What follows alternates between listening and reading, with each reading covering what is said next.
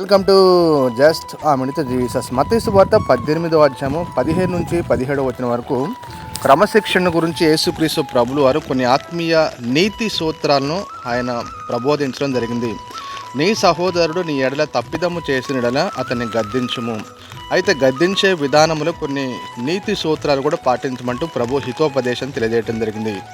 వాటిలో మొట్టమొదటిగా తప్పు చేసే వాని వద్దకు ఒంటరిగా వెళ్ళి పశ్చాత్తాపడేలా బోధించాలి.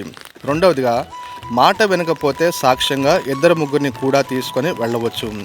మూడవదిగా అతడు తన మనసును ఇంకా కఠినం చేసుకుంటే సంఘానికి ఆ విషయాన్ని తెలియజేయమంటూ ప్రభు బోధించడం జరిగింది. ఇక చివరిగా 4వదిగా ఇంకా మాట వినకపోతే అతన్ని పాపం చేస్తూ ఉండే అన్యునిగా ఎంచమంటూ ప్రభు గొప్ప హితోపదేశం తెలియజేయడం జరిగింది. ఇలాంటి ఆత్మీయ నీతి సూత్రాలను మనం పాటించినప్పుడు క్రమశిక్షణ గురించి ఇతరులకు బోధించవచ్చు, ఇతరులకు మాదిరికరంగా ఉండవచ్చు. అప్పుడు ప్రయోజనకరంగా ఈ యొక్క విషయాలు మన జీవితంలో ఉంటాయి. ఆమె